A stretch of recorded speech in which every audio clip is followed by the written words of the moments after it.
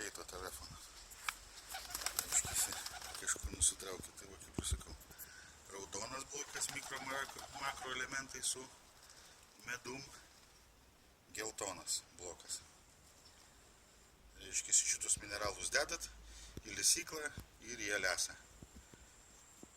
Minkšti, snapus valo, reiškiasi, jaunimui padeda, kaulų struktūrą formuoja, plunksnoms gerai.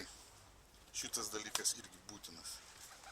Sekantis dalykas, be kurio negalima, tai yra frasalis. Viskas natūralūs produktai. Per vandenį neleidžia užsikrėsti paukščiams. Neplinta lygos, nes yra parūgštintas. Reiškiasi, turi B grupės vitaminų. Naudojamas tol, kol neužšals kamštelis į 2 litrus vandens. Reiškiasi, šito preparato jums užteks daug. Va, tai šitie iš pagrindų, kurie neduotų jūsų paukščiams šėrimo metu nusiūt iki tokio lygio, kad pradėtų sukt galvas, pult slogos visokios ir visa kitokia brūdai. O prie šitų visų produktų norėčiau ypač dar įskirt dalyką, tai yra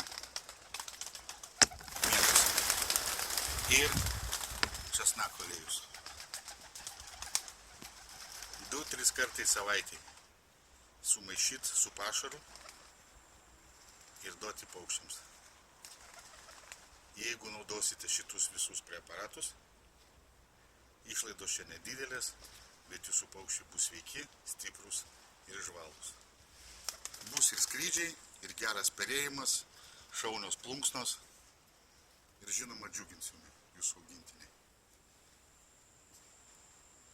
Va, ką norėjau jums parodyti, trumpai papasakoti, sėkmės naudojant šitus preparatus ir džiauginti savo augintinius.